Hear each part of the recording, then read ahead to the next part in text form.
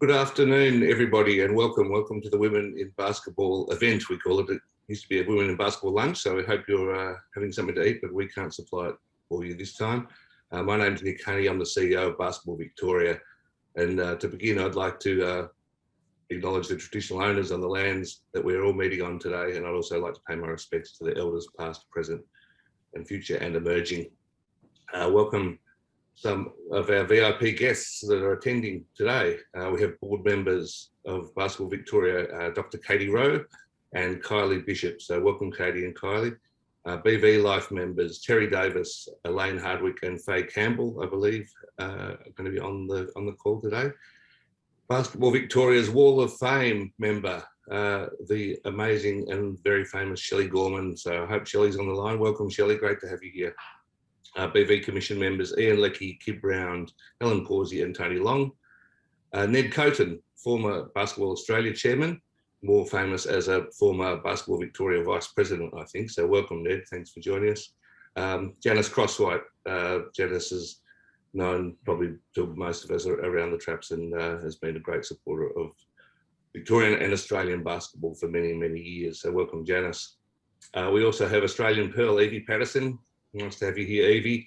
Hopefully Vic Sports CEO Lisa Hasker is on the line. The group manager from Sport and Rec Victoria in sector development, Beck Lacey. Beck Lacey, wonderful servant of Basketball Victoria in another life and now doing great things with the state government. So welcome Beck. Another great servant of Basketball Victoria, Kylie Kitchener is on the line. She's now working with the NBL. Welcome Kylie.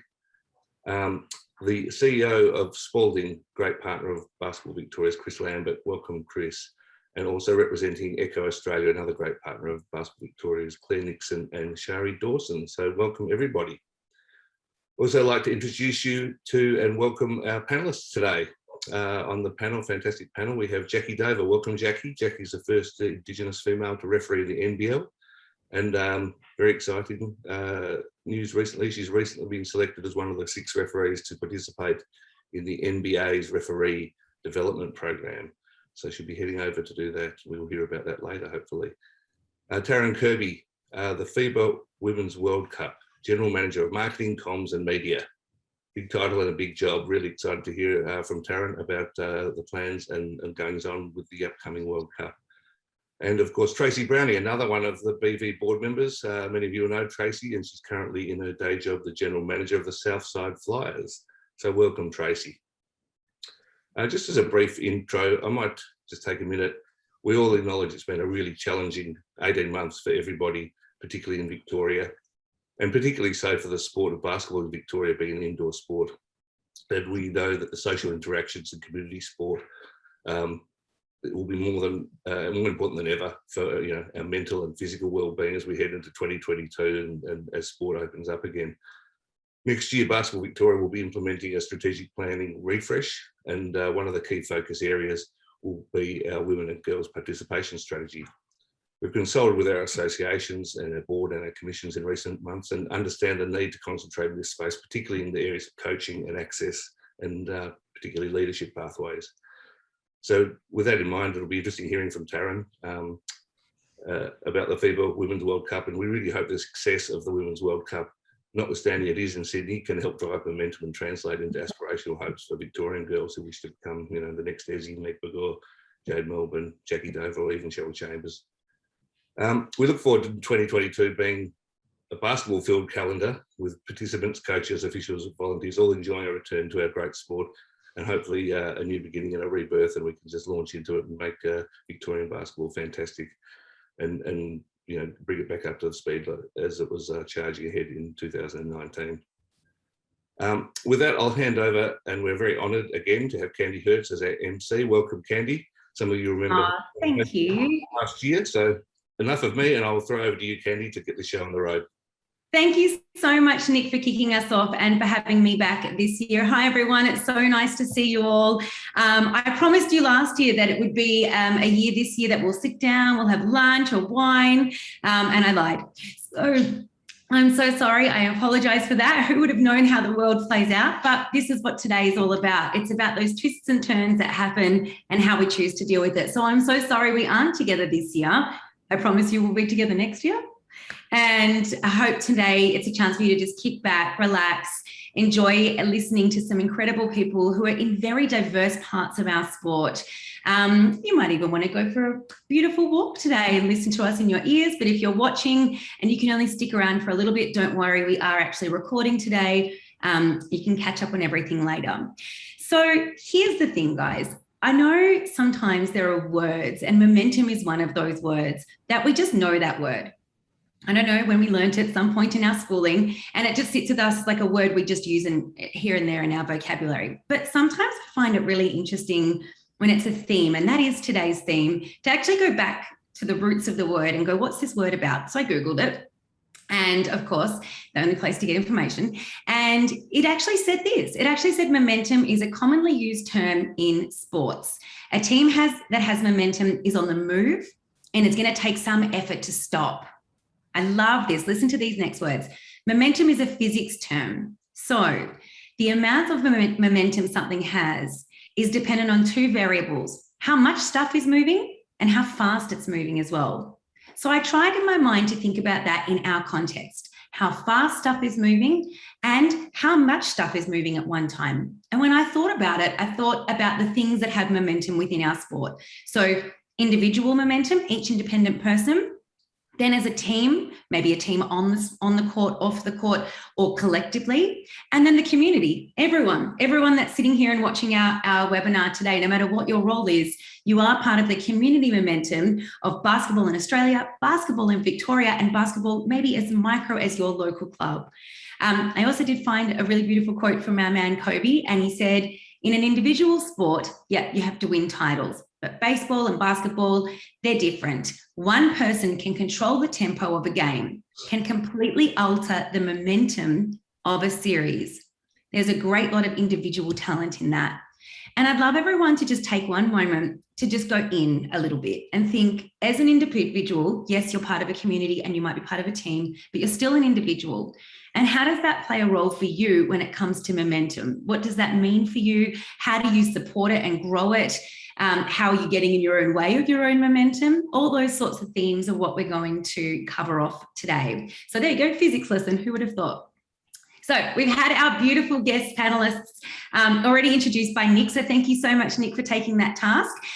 So I'm going to launch straight into asking our three panelists, and I'll guide each one as we go.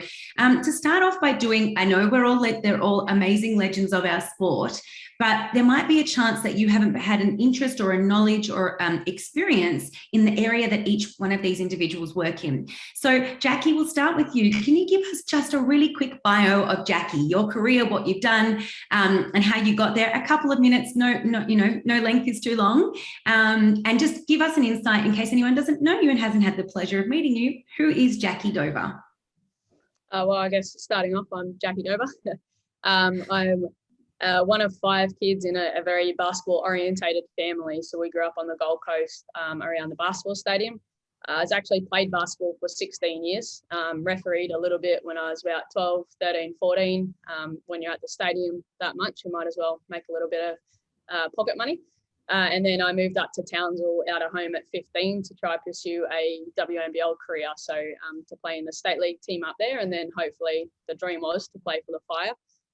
I referee them now, along with all the other WNBL teams, but being a really good bench warmer in the state league led to a couple of injuries in my limited minutes on the court, and then I turned back to refereeing during rehab, and it's kind of taken off from there. So in the past 6 years of officiating, I've been able to go around Australia for AJCs, for WNBL, and now for NBL as well. And then it's a pretty cool experience. So it's going to take me over to America to hopefully travel around on the NBA court one day, fingers crossed, if I can get into the work over there. But yeah, so that's pretty much me. Basketball is pretty much my entire life. And now it'll be continuing that way when I move overseas as well. Jacqui says that basketball is her entire life, which is what everyone with a passion in a sport especially will say. But Jacqui did have some very exciting news that we do want to just really quickly say congratulations for your recent marriage. Congratulations. How are you feeling? Thank you. Yes, that's adding into the whirlwind of everything. So getting married and now trying to sell everything off and then move over to another country. That will be our honeymoon, is being based in New York. So lots to do over there.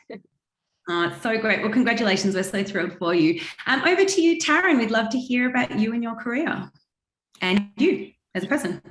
Sure. So I'm the newbie, I guess, to basketball. I've always been heavily involved in sport and grew up loving sport, and probably that's what shaped my career. I had no idea what I wanted to do. I just knew I loved sport. So that's what started my studies and got me into kind of media and marketing. I've lucky enough to travel the world as well for that, and just recently returned for this job back from Europe for 7 years. Always been interested in Olympic sports and always loved the overall entertainment package of basketball, which for me is one of the big draw cards to the sport, particularly when you're trying to market it. So that's what brought me back. So I'm new to basketball. February, I started working in basketball, and I'm pretty excited to get stuck in to the World Cup, which is in Sydney next year. Well, a collective welcome from everybody that's on here today. I could hear it coming through. I know if we were in the room, everyone would have said it. So welcome. You're going to never be able to go work for another sport again once you've got yourself into the love of basketball like everyone else has today. Thanks, Taryn, and welcome back as well to Australia. And Tracey, over to you. Okay, hi everybody. My basketball journey probably started at the age of 7 or 8 down on the courts of the old Albert Park Stadium. A lot of you on this call may not have ever been there before it got knocked down, but it was pretty much the mecca of Victorian basketball.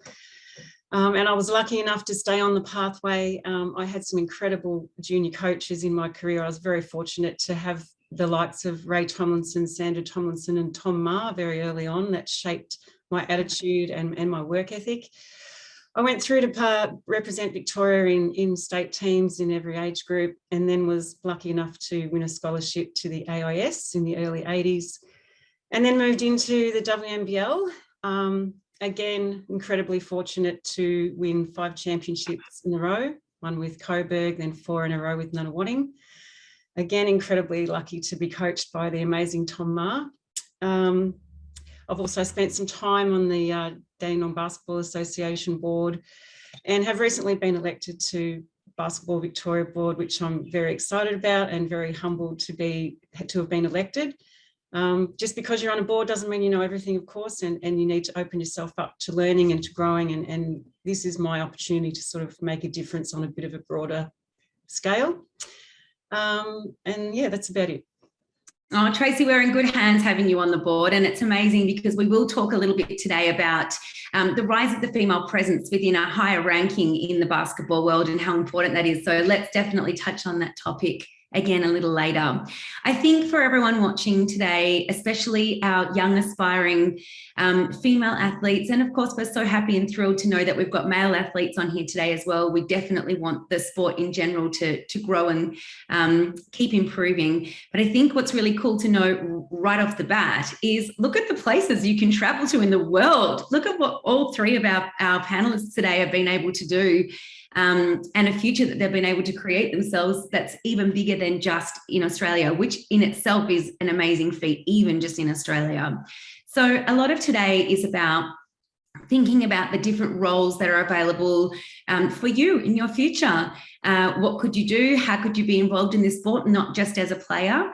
And also, what's happening to this sport in general is going to be a conversation starter too. Now, if you have a question you'd like to ask, please pop it in our Q&A. We actually did take some of the questions we're asking today off the back of the little surveys you filled out when you registered. So thanks for those, and we've woven them in today. But if you've got more, pop them in the bottom. If we can, we'll definitely get to them. So let's start off today, and all 3 of our panelists are invited to answer this question. Not everyone has to, but whoever would like to. The theme today, of course, is momentum. So let's start with that. We were asked by Basketball Victoria, all 4 of us, to have a think about what does momentum mean to you, and what's that definition. For me, I said something like, I really love the idea that you can be in control of the momentum that you choose to put in place, and how fast you move, or how maybe slow you want to move at certain times as well. And I love that that can be sometimes within our control, was really what it meant to me. Jacqui, how about you? What does momentum mean to you, and what role does it play in your life? Yeah, I guess it's along the similar lines. I think for me, it's around the controllables we have in what we're doing. So whether that's for our own career or ensuring that there's pathways available for others, is to continuously evolve and continue to put in that effort. I know for me, it's important that I'm setting my goals every 6 months. So reviewing it, ticking off what I was able to achieve and what needs to be reevaluated, but then not just looking 6 months in advance. I'm looking for 4 to 8 years in advance as well, and what that looks like for me and what I'm trying to achieve. And I guess in what I'm doing in terms of being on the court, but also off the court, ensuring that my plans for mentoring other referees and everything involved in that is included in that planning. So then it's a bit of a holistic approach to it. So that's probably my key one for momentum. Yeah, fantastic. Taryn? Yeah, for me, I think it's the concept that what you do every day contributes to your momentum, even though you might not realize it. Sometimes you might end a day and not really realize what the small things you've done in a day have contributed to your goals in a longer period of time, or how in another 5 years what you did that seemed small at the time has contributed to getting you to where you eventually get to. And for me, momentum's a funny word, isn't it? It can mean a lot of things to different people, but I just think sometimes at its simplest form, it's just a small step forward, even if you don't know if it's exactly in the right direction, just how much it can impact and who it can influence, and who, it's a small world. You influence people and come back to people a long time after the fact, and you don't realize, how that momentum has got you or that person to where they are today. I love that thought that, even just turning up today might spark a thought in someone's mind. You never know those little things that you do that you think, I'll just listen to that webinar over my lunch break, and it might actually change the course of your career potentially, who knows, or life choices. So that's a great thought. Thank you, Taryn. And Tracey? I definitely agree with Taryn about what you do every day inputs into the momentum. But for me right now, momentum is sort of about, I feel like in the last sort of 4 or 5 years in particular, women's sport has had this huge push, and I feel like it's great to be a part of it. We're all a part of it. Everybody here on this call is part of it.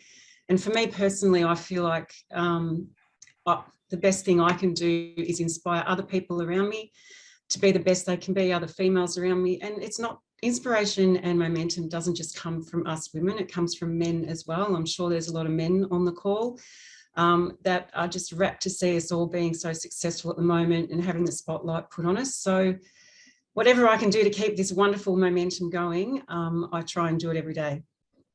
And I love the idea as well that sometimes you don't need to have momentum, actually. That's a positive too. Sometimes it's about sitting in that moment and going, let me absorb this, or this is a moment for me to sit still and just focus on something. So we don't always have to have this momentum going forward that we think we're supposed to. There's a misconception, I think, with the fact that sometimes sitting still, you're still moving forward. So there's a nice thought in that too.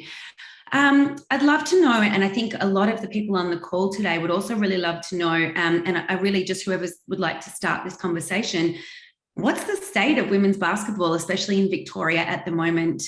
But Australia-wide obviously has context too. Last year was a massive year for the WNBL, being able to be the first time they had every game broadcast. What an amazing, groundbreaking moment for the sport. I know that there's been a lot more of that female presence in upper management that we were talking about, Tracey, with your role as well as the chair on the committee. So what else is happening? What's the state of women's basketball, either in Victoria or Australia in general? Tracey, maybe you can start for us. Yeah, I feel like last year's access to broadcast, or that clear air we got during the hub in the WNBL, is going to be a bit of a springboard to this next season. And of course, Taryn, with the World Champs coming up next year, it's just going to be one big extravaganza of women's basketball all over Australia, not just in Victoria. And I know, the WNBL season is only 17 days away, and the preparation is a little bit manic at the moment, but we're all really excited about it. And hopefully we'll get a bit of momentum happening over the next few weeks. And I know we've got our media day coming up soon, so there'll be lots of stuff over socials, and lots of chance for everybody to get involved and come along to some games this year, because we weren't able to do it last season. So I feel like the state of women's basketball in Victoria and across the country right now is quite strong. keeping a tally of who uses the word momentum the most. If anyone would like to take bets on who they think it will be, Tracey, I think you might be in the lead. No, that's a great start. And yes, of course, Taryn, we will talk a lot about the World Cup, because that's just such an exciting 309 days, I believe, if we have to wait, but it still feels like it's around the corner. Is there anything else that we can share about the state of women's basketball at the moment? Is there anything else to share in that space, guys? No? What about, well, Jacqui, of course, you know, we're focusing on basketball in Australia, but we'd be very remiss not to have a lengthy chat to you about the NBA and how that kind of came about. Obviously, that I loved hearing you say, you know, you set your 6 short-term goals and your long-term goals. I'm going to guess that this was somewhere on a vision board at some point, and you made it happen. And it gives so much inspiration and hope and just excitement to everyone who has a goal to think, oh my gosh, if she can achieve a goal, maybe, you know, I can too. So this is a massive one. Can you tell us all about losing you to the NBA next year, but what that whole journey has been about? Yeah, I guess it's for me, it's a bit of a different one. I was actually refereeing an Opal's camp that I had on the Gold Coast. And growing up being a basketballer, Sandy was definitely someone I idolised. So being able to jump out there and referee the current Opals that we have, but then also be around Sandy and her coaching staff too, was always a really good learning experience from a referee point of view, and someone who used to play the game. To stay in touch in that way, I think that's a key thing for a referee, is to understand the game at all levels.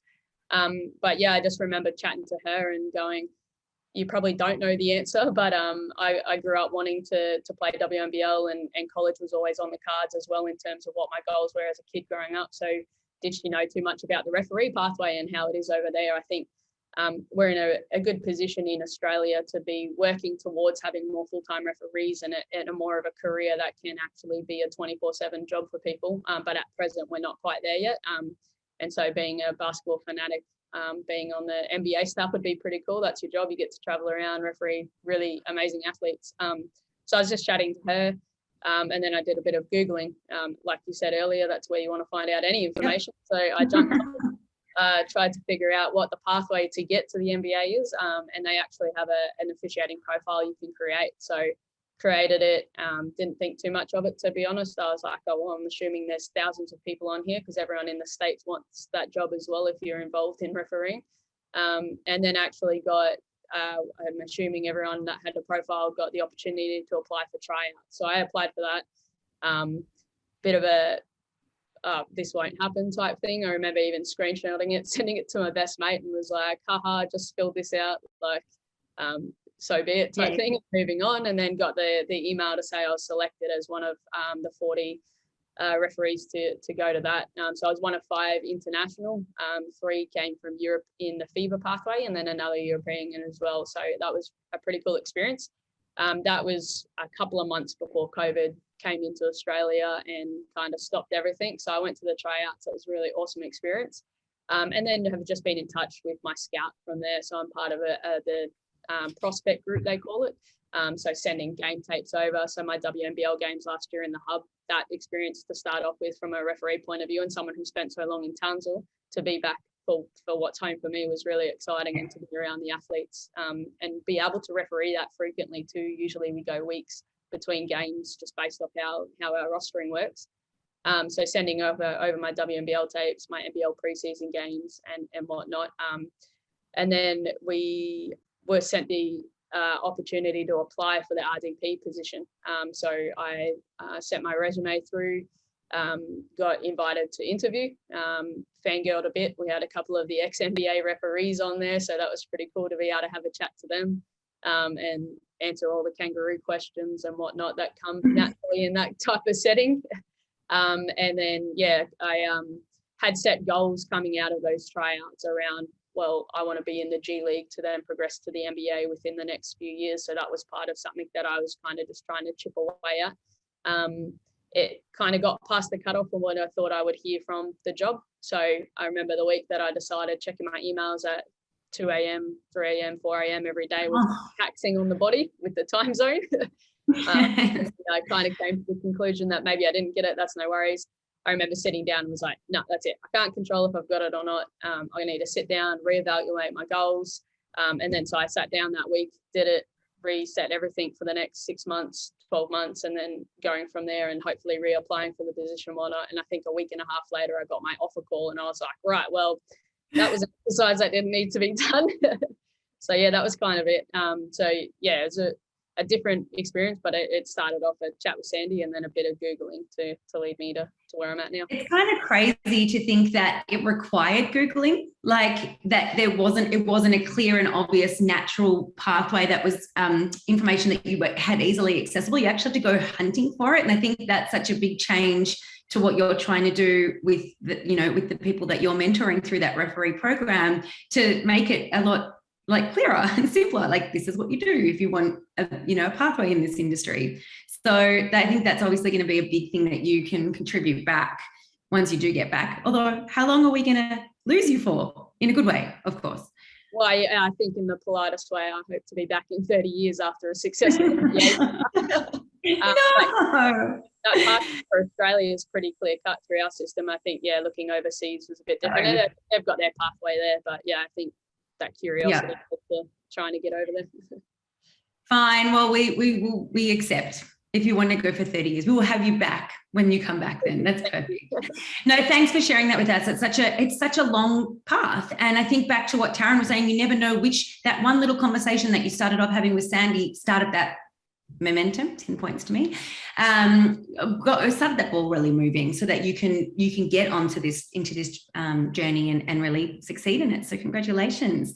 Taryn, we're so excited. 309 days doesn't feel like it possibly comes soon enough. We've been holding out and waiting to know more about what's coming up, and we've seen some of the beautiful imagery and logos and all that stuff to date. And if you haven't, please jump online and have a look at all of that. But could you give us a sense of what sort of planning is going on at this stage? I mean, it's very different. WNBL 17 days out, 309 days still to go. What is the planning process? What's involved? What's behind the scenes? Give us the whole story. 309 days can come too quickly. It's coming very quickly, actually.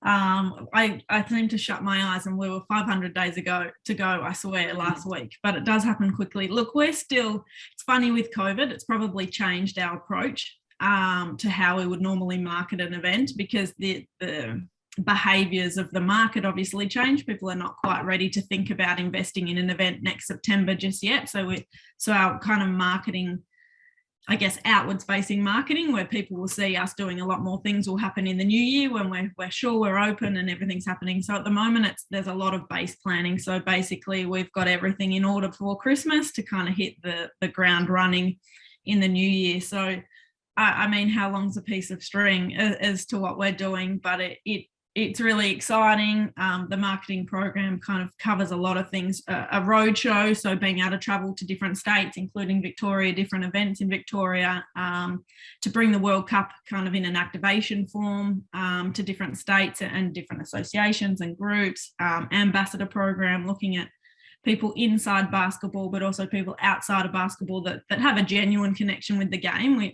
We want that to be true, but can extend the reach. I guess one of the big goals for us is we want to service the basketball community. This is your event, and you should get the best out of it. And if we really think about the influence that 1994 had, which is the last time we hosted it, it's pretty incredible when we think about some of the players that were kids watching the 1994, your likes of Lauren Jackson and Penny Taylor and Michelle Timms, they were kids watching, so look what happened. And we hope that we have that impact for the next generation as well. So we want to service the basketball community firstly, but also it's a really good opportunity to extend the reach, to really grow the sport of women's basketball and bring new audiences to it. So that's a big focus for us as well. So a lot of planning.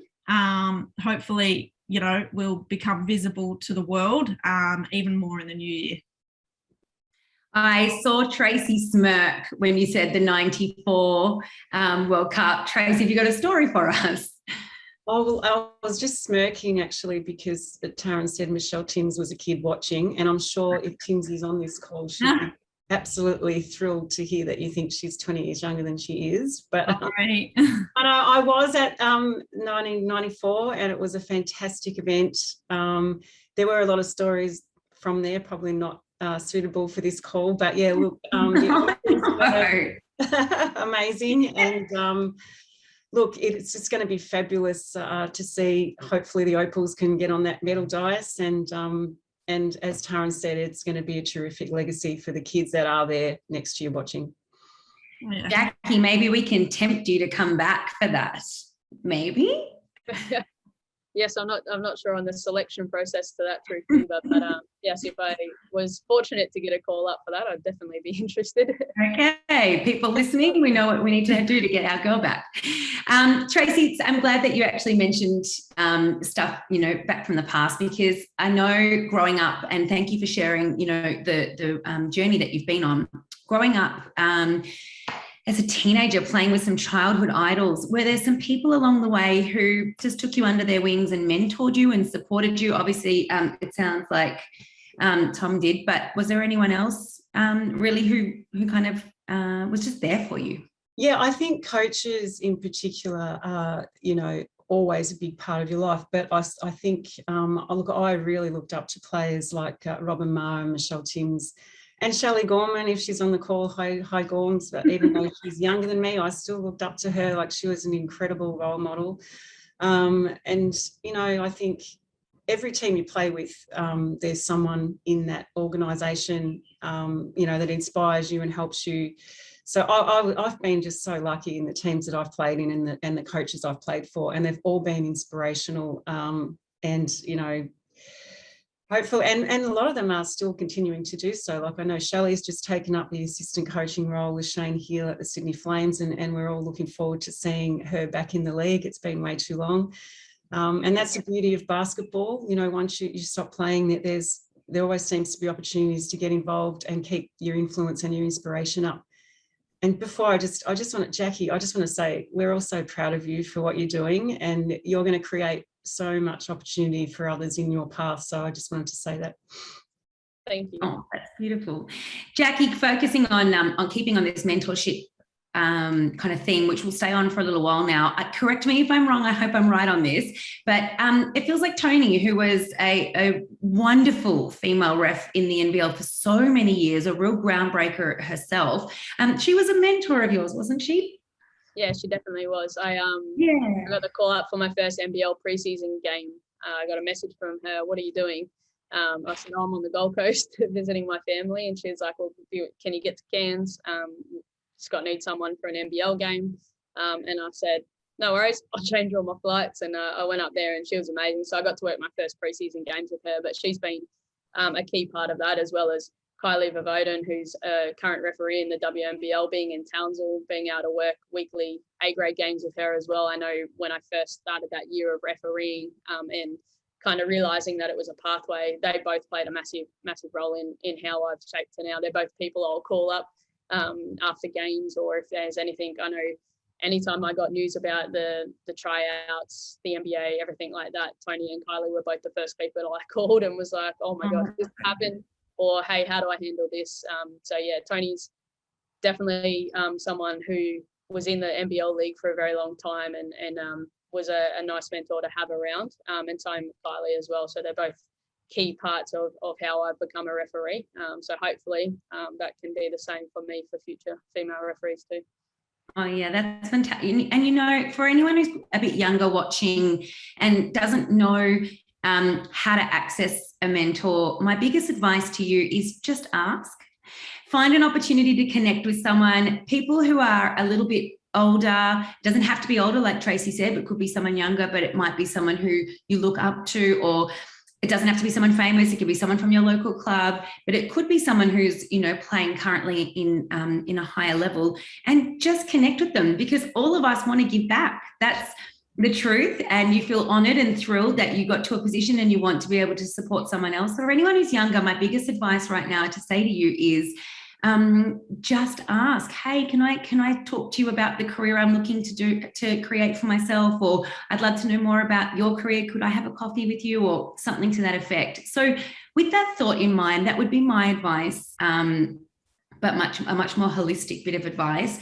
If we're bringing it much more narrow down to especially basketball in Victoria, a question that kept coming through, so many people watching today asked the same question. And the question was around 13, 14, 15, a lot of our young female basketballers drop off.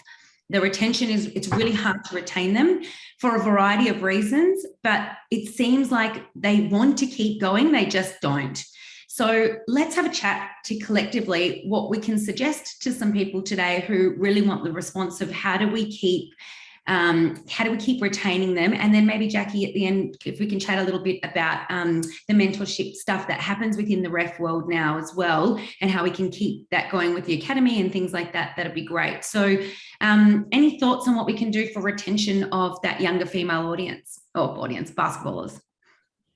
Look, this is it's $1 million question, isn't it? This has been discussed and debated for God, ever since, I was a kid. So, but if I was to look back and think about when I was a teenager and what was important to me, and I'm pretty sure, 90% of teenage girls would say the same, it's being within and around your friends. So those teenage friendships are really vital, I think, at that age. So if we can encourage teams to play, and they not necessarily don't have to be elite teams, if we can get a group of friends, whether it's, I don't know, whatever you're into, whether they go out kite surfing or any groups that you can encourage to play and your friends stay as a group, I think that's really important for teenage girls.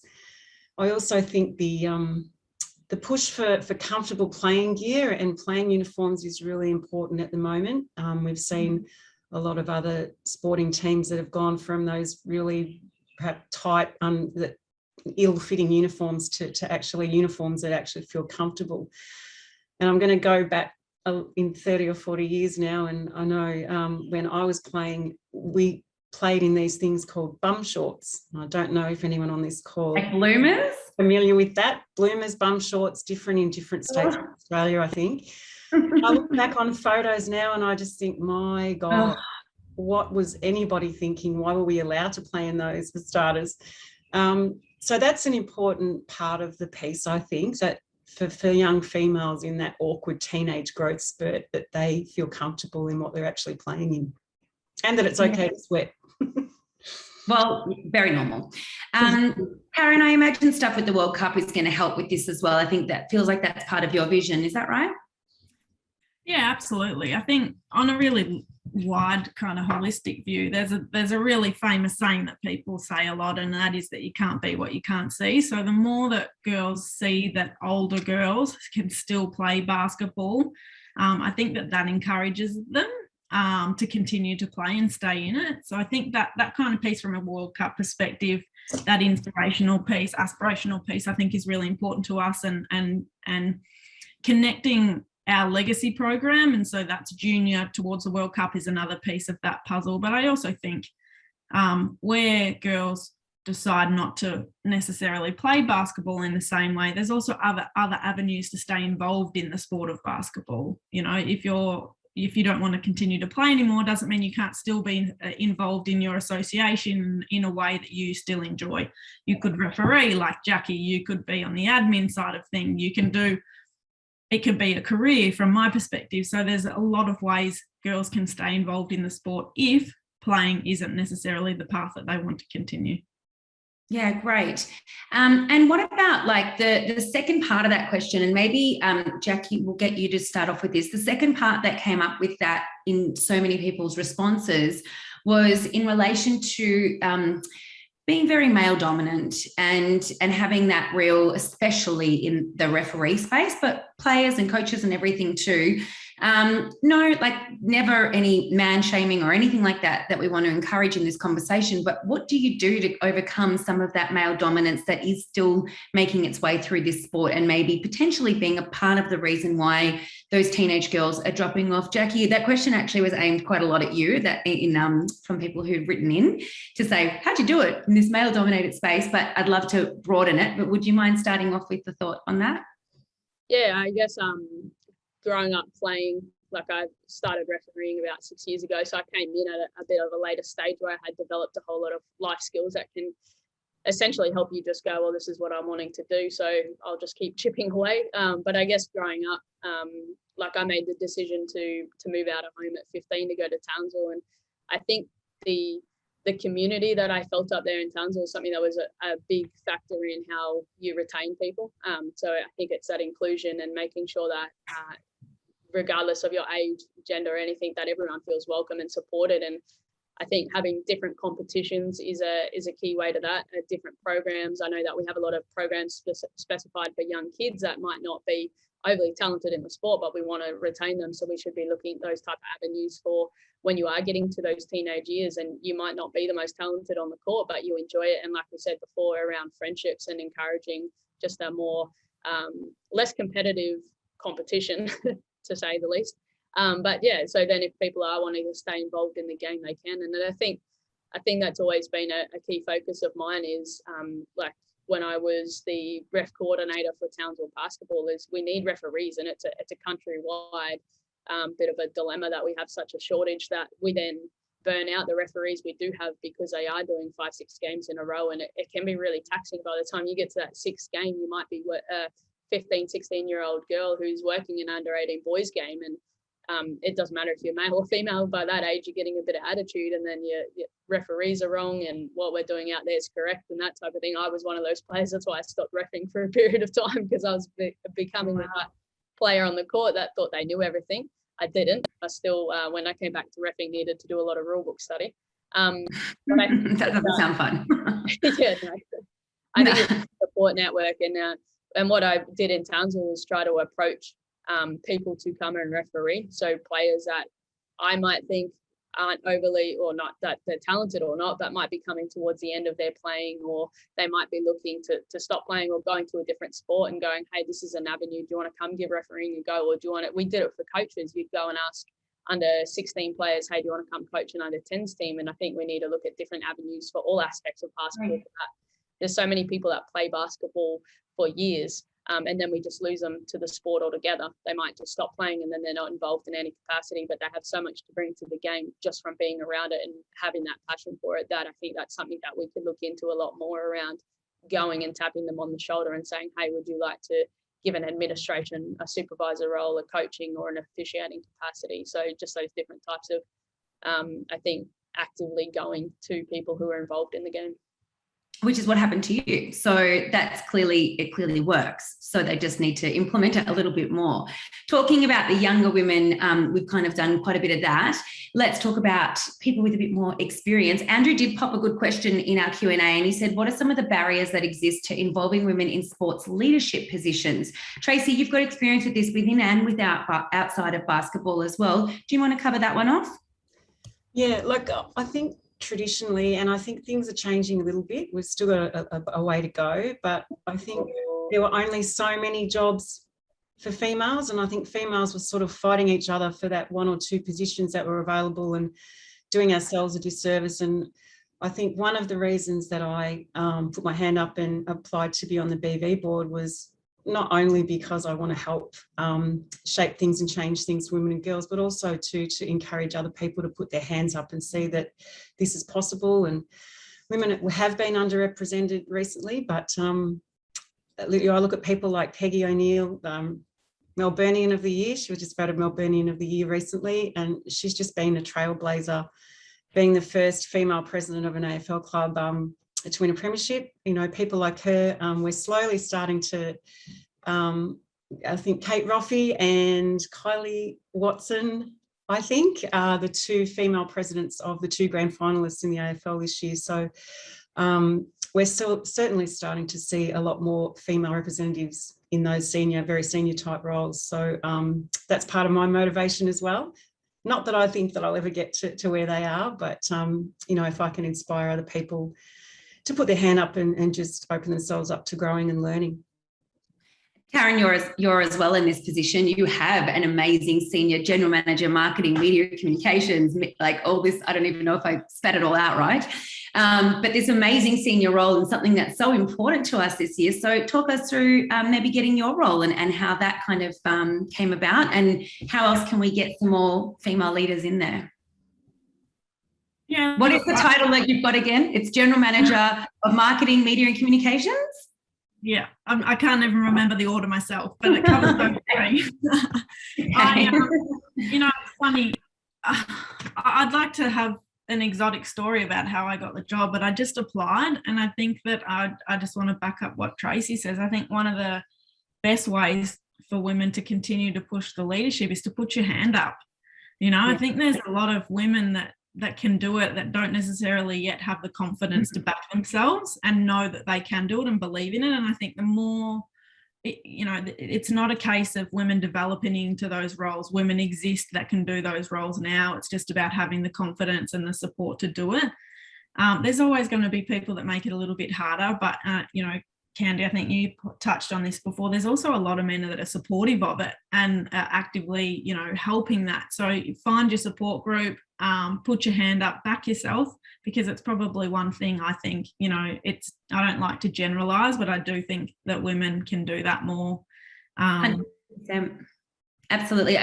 For me to get into the sport. This is my 7th year. Doing lots of on-court MC and announcing and things like that, broadcast. It was all men, actually, who got me in the door, and then a couple of amazing women who helped push me through. But it's amazing that last year I wanted to progress my own career within basketball a little bit more, and I spoke to some quite senior women who have been around for a long time, and I don't know them. I've never met them before. And they said, no, we know who you are and we're here to support you. And it was this open door, open, arms wide open. We're here to believe in you. There's people believing in you along the way. You just got to ask for it. I think that's spot on. Jacqui, a question that's come through quite a bit as well, and I'd love you to share your thoughts on it, is when it comes to the importance of diversity within this beautiful sport of ours. The Indigenous community is being represented more and more. There's more visibility. There's Indigenous rounds, Indigenous jerseys, doing beautiful welcome to countries that are just amazing to watch. They're broadcast on TV as well. I wish we had them for every game. They are so inspiring and beautiful. What's the way that we can have an even greater presence with this type of diversity? And also, is there anything on a local level that clubs can do to kind of bring it in a bit more as well? Yeah, I think that social media is great for a whole range of reasons, but I think even Paddy performing how he did at the Olympics, and then some of the amazing athletes we haven't coming through the NBL and WNBL is definitely there. But I think, like you said, the grassroots is a really key focus. So I think what Indigenous Basketball Australia is doing and how they've partnered up with the states is just going to create the momentum in that space.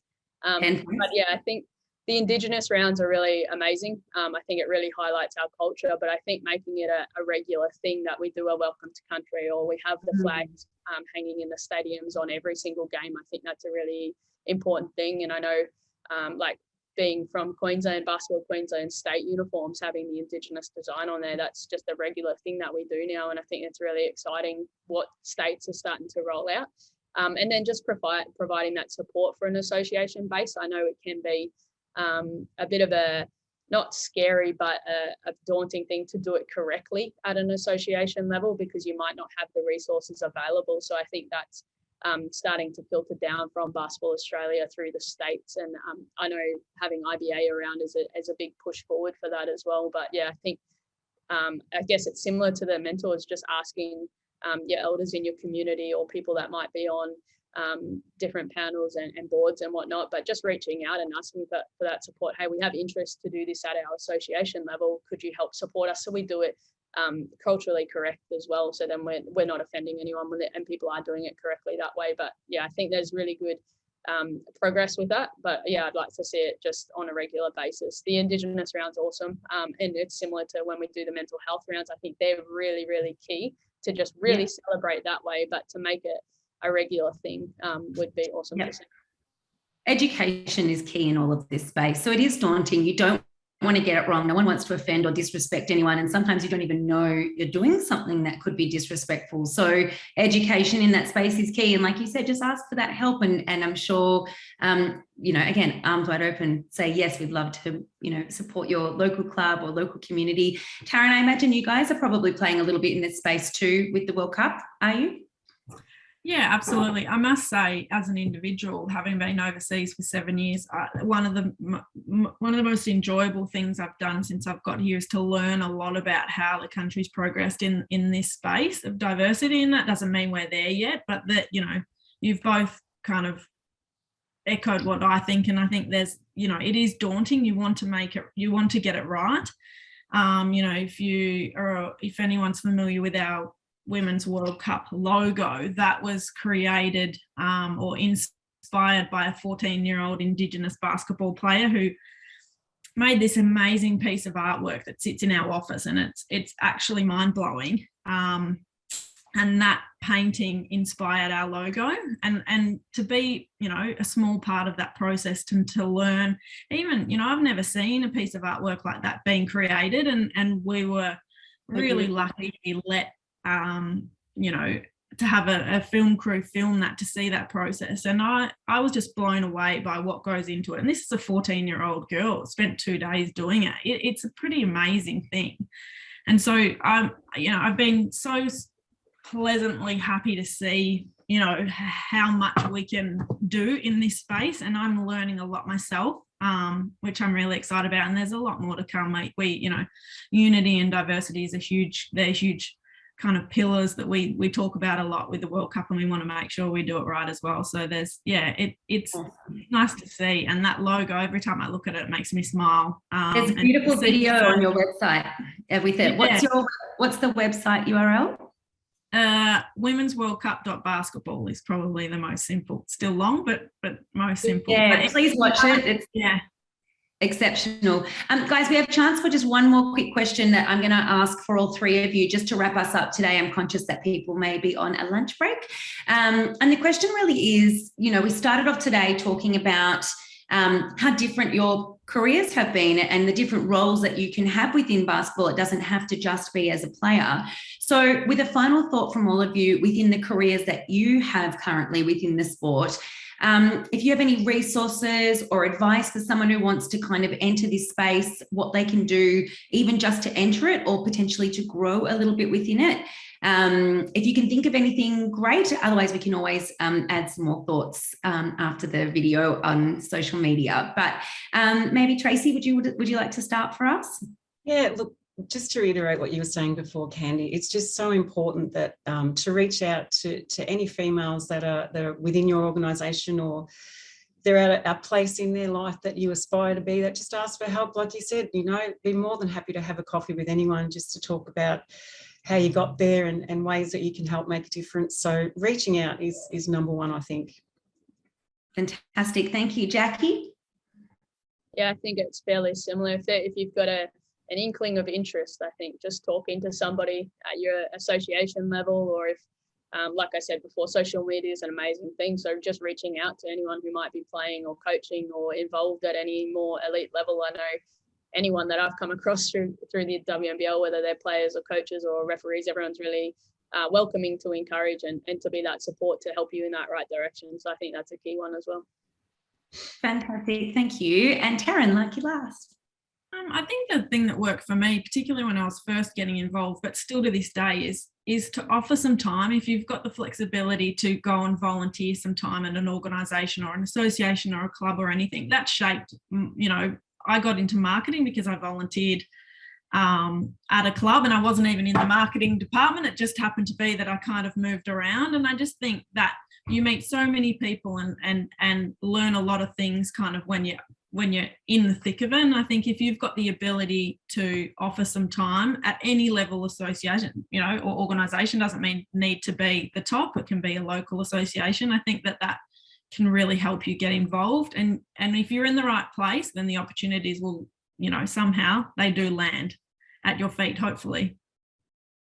Guys, I have loved so much today. I feel like personally I'm feeling back to being inspired about the sport. I'm so excited about the future and where it's going. The people who, you know, have it in their hands, like Tracey being on the board, and you know, the World Cup, it feels, I'm sorry, Taryn, it does feel like it's miles away. I know it doesn't for you, it does.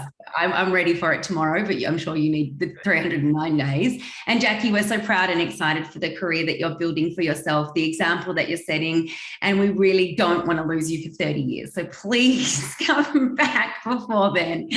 But, you know, in an era where we've just not been able to be connected in the same way to the sport, especially not with the amazing women in our sport, this felt really good today to bring a lot of these topics back to the front of our minds and to really look forward to what a new year of basketball looks like. So a big thank you to the three of you. A big reminder to everyone as well.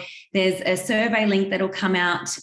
We'd really love your thoughts. It really helped us last year shape how we put today together. So your input matters. There's also going to be a shareable link. If anyone missed it or you want to share today with anyone, you're welcome to. There'll be a recording. If you're not already on our mailing list, please join it so that you can know about these amazing things. And I'm going to hand it over to Nick, who is going to do a close, but I'd like to personally say thank you so much to the three of you for your time, for being so candid and generous and honest with your answers, and for being inspiring women in our industry. So thank you so much. Right, thanks, Candy. That was highly engaging, and I'm sure most of us have gained something out of that discussion. It was really wide-ranging and really comprehensive. Thank you.